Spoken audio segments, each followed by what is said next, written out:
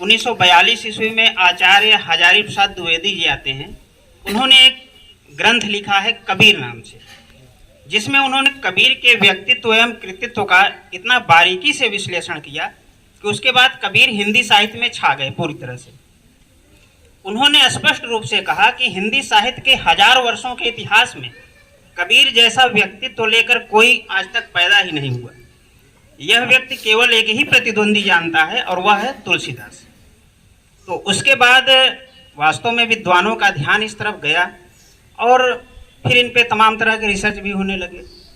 और उसके बाद कबीर जो है आज हम देखते हैं कि छोटी कक्षाओं से लेकर के विश्वविद्यालयों के सिलेबस तक में पढ़ाए जाते हैं। तो यह आचार्य हजारी प्रसाद द्विवेदी की मेहनत का ही परिणाम था जो उन्हें हिंदी साहित्य में इस तरह से प्रतिष्ठित किया गया। और आज भी उन पे तमाम तरह के रिसर्च लगातार हो रहे हैं, नई नई जो है शोधार्थी उस पर नए नए शोध कर रहे हैं। तो इस तरह से कबीर को हिंदी साहित्य में प्रतिष्ठित करने का काम आचार्य हजारी प्रसाद द्विवेदी ने किया। अगर हम देखते हैं कि कबीर जो हैं इनकी भाषा शैली को लेकर कुछ लोग तमाम तरह की बातें करते हैं। बहुत से लोग कहते हैं कि इनकी जो भाषा है क्या है, सदुक्कड़ी है, पंचमेल खिचड़ी है। क्योंकि वास्तव में अभी जैसे ज्योति भाई ने बताया कि कबीर पढ़ लिख नहीं पाए थे, किसी भी कारण से रहा हो, तो वह सामान्य बोलचाल में ही अपने भजन या गीत गाया करते थे, जिन्हें उनके शिष्य लिख लिया करते थे। तो उनकी भाषा में विभिन्न बोलियों के शब्द मिले हुए थे, एकदम जनमानस की भाषा थी वो। लेकिन जब आचार्य हजारी प्रसाद द्विवेदी जी उनकी भाषा का विश्लेषण करते हैं तो बताते हैं कि वास्तव में कबीर जैसी भाषा किसी की भी नहीं है। वो कहते हैं कि कबीर वाणी के डिक्टेटर थे, डिक्टेटर यानी तानाशाह। वो कहते हैं कि कबीर का भाषा पर जबरदस्त अधिकार था, वह वाणी के डिक्टेटर थे। उन्होंने जिस बात को जिस रूप में कहना चाहा है उसे उसी रूप में भाषा से जबरदस्ती कहलवा लिया है। बन गया है तो सीधे सीधे, नहीं तो दरेरा देकर। भाषा कबीर के सामने लाचार सी नजर आती है। उसकी इतनी हिम्मत ही नहीं है कि वह इस फक्कड़ संत की किसी फरमाइश को ना कर दे। तो ये उनकी भाषा की शक्ति है। और वास्तव में उन्होंने देखा जाए तो एकदम बोलचाल की भाषा इस्तेमाल की है। जैसे अगर वो कहते हैं रूखा सूखा खाई के ठंडा पानी पीऊ, देख पढ़ाई चूपड़ी मत ललचावे जीव। तो देखिए कितने साधारण शब्द यूज किए हैं, रूखा सूखा चूपड़ी, आम बोलचाल के शब्द। लेकिन जो बात उन्होंने कहनी चाहिए वो एकदम स्पष्ट रूप से प्रकट हो गई। और वास्तव में भाषा होती क्या है? भाषा हमारे हृदय के विचारों को अभिव्यक्त करने का एक माध्यम है। हम जैसा हृदय में अनुभूति करते हैं, यदि अपनी वाणी से एकदम हूबहू ऐसा ही प्रकट करते हैं तब तो हमारी भाषा सक्षम है। लेकिन हम कितनी ही अलंकारिक भाषा का इस्तेमाल करें, अगर हमारी भाषा हमारे हृदय के विचारों को सही रूप में सुनने वाले तक संप्रेषित नहीं कर पाती है तो उस भाषा का कोई मतलब नहीं है। और कबीर इस दृष्टि से देखा जाए तो बहुत बड़े भाषा वैज्ञानिक ठहरते हैं, उनकी भाषा ऐसी है। अच्छा, कबीर का आविर्भाव जिस समय हुआ था उस समय का समाज बड़ा ही असंतुलित रहा। मध्यकाल में हिंदू और मुस्लिम देखा जाए तो आपस में धर्म के नाम पर लड़ते रहते थे।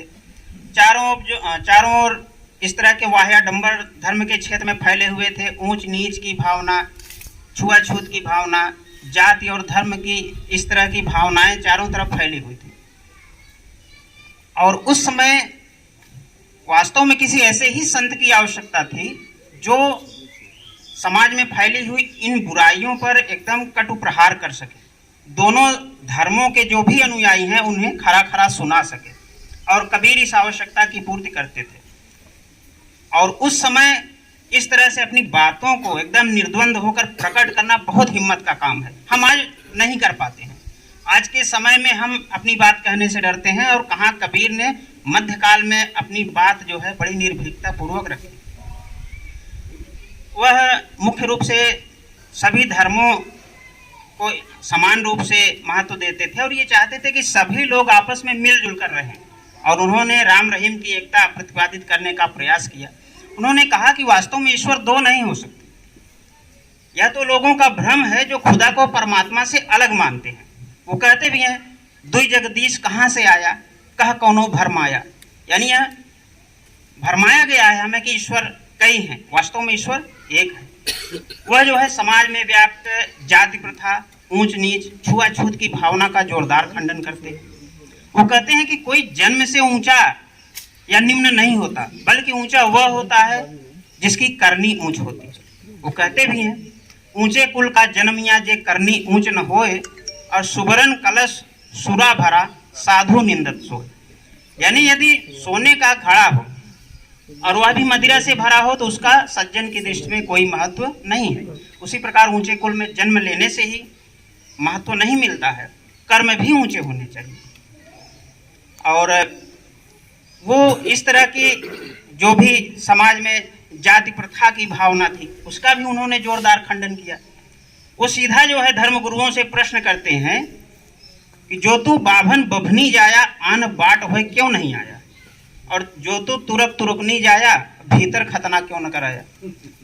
मतलब कहने का उनका ये मतलब है कि वास्तव में यदि तुम्हें ईश्वर ने ब्राह्मण रूप में पैदा किया तो तुम्हें किसी और द्वार से आना चाहिए था, तुम भी उसी तरीके से पैदा हुए। और ये तुम्हें भाई मुस्लिम बना के भेजा होता तो तुम्हारी सुन्नत गर्भ में ही कर दी होती। तो ये सारे आडंबर तो हम बाद में करते हैं ये समाज को बांटने के लिए। और यही नहीं, जो ऊंच नीच की भावना है उस पे वो कहते हैं कि क्या ब्राह्मण की रगों में रक्त की जगह दूध बहता है। वो कहते हैं स्पष्ट रूप से इसी बात को कि हमारे कैसे लोहू तुम्हारे कैसे दूध, तुम काहे को बाभन पांडे हम काहे को सूद। यानी जन्म के आधार पे कोई ऊंचा बड़ा या इस तरह से नहीं होता है, सब कर्म के आधार पे होते हैं। ये उनके कहने का मतलब था। अच्छा, उन्होंने ये जो समाज में उस समय जीव हिंसा होती थी इसका उन्होंने कड़ा विरोध किया। बहुत से लोग हिंदुओं में जैसे शाक्त हैं और मुसलमानों में लोग कुर्बानी देते हैं, वो उसके बहुत प्रबल विरोधी थे। उनका ये मानना था कि वास्तव में ईश्वर कुर्बानी देने से, जीव हत्या करने से थोड़ी प्रसन्न होते हैं। भाई ईश्वर तो हर जीव में होते हैं। इसीलिए वो कहते हैं, फटकारते हैं कि दिन में रोजा रखत है रात हनत है गाय, यह तो खून वह बंदगी कैसे खुशी खुदाए। यानी एक तरफ आप रोजा रखते हो, दूसरी तरफ इस तरह की कार्य करते हो, तो भला खुदा कैसे आपसे प्रसन्न हो सकता है। और इसी तरह वो हिंदुओं को भी फटकारते हैं। उनका ये मानना था कि भाई यदि पत्थर में भगवान बसते तो भगवान अपने को मूर्ति भंजकों से बचा लेते, लेकिन ऐसा नहीं हुआ। इतिहास में तमाम विदेशी आक्रांता आए, मंदिर तोड़ करके लूट के चले गए।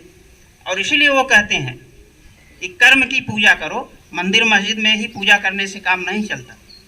और वो कहते भी हैं, जैसे अभी ज्योति भाई ने उल्लेख किया था कि पाहन पूजे हरि मिले तो मैं पूजूं पहाड़, घर की चकिया कोई न पूजे पीस खाए संसार। यदि पत्थर ही पूजना है तो उससे अच्छा है कि तुम घर की चक्की की पूजा करो, जिसका पीसा हुआ अन्न तुम्हारे पेट में जाता है। ये कबीर के विचार थे और वास्तव में बड़े ही क्रांतिकारी विचारक थे कबीर। उद्देश्य ये नहीं था कि केवल आलोचना ही करना है। उनकी आलोचना जो थी वो सुधार भावना से प्रेरित थी। उनका ये मानना था कि चाहे हिंदू हो या मुसलमान, इन्हें सही रास्ता नहीं मिला है, ये धर्म के नाम पे भटकते हैं।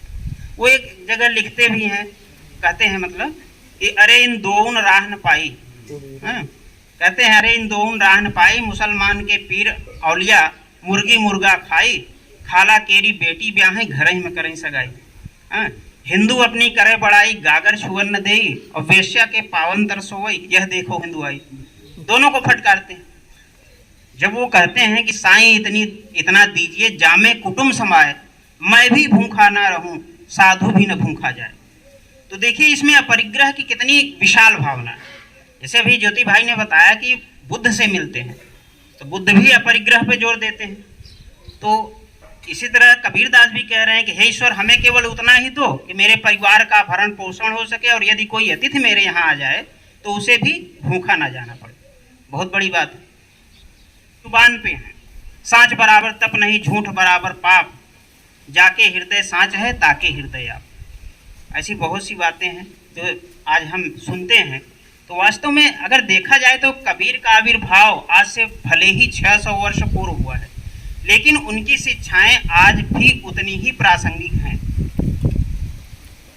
भले ही इतना समय बीत गया, लेकिन हम आज भी देखते हैं कि मंदिर मस्जिद के नाम पर चारों तरफ हिंदू और मुसलमान लड़ रहे हैं, और वोटों की कलुषित राजनीति ने तो इसे इतना गंदा कर दिया है कि समाज का पूरा माहौल खराब हो रहा है। तो वास्तव में आज के समय में कबीर की शिक्षाएं प्रासंगिक हैं, और अभी जब तक ये समाज में इस तरह की भावनाएं रहेंगी, समाज आपस में बंटा रहेगा, जाति प्रथा छुआछूत आदि की भावनाएं रहेंगी, तब तक जो है कबीर की अमृत वाणी की आवश्यकता हमें महसूस होती रहेगी।